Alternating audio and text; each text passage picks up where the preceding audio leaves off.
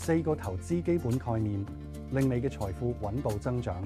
投資唔係有錢人嘅專利，而係每個人都應該學識嘅財富增值工具。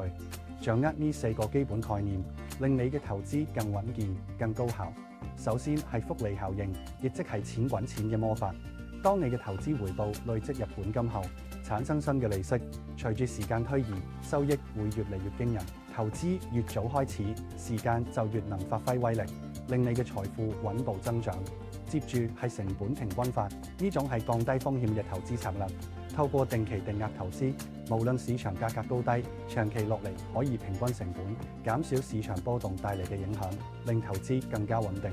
第三係多元資產配置，亦即係唔好將啲雞蛋放晒喺同一個籃，投資唔同類型嘅資產，例如股票、債券、房地產等，可以分散風險，提供整體投資嘅穩定性，令你嘅資產組合更穩陣。最後係風險與回報嘅關係，高回報通常伴隨高風險，投資時一定要根據自己嘅目標、風險承受能力同財務狀況嚟選擇合適嘅策略，揾到最適合自己嘅平衡點。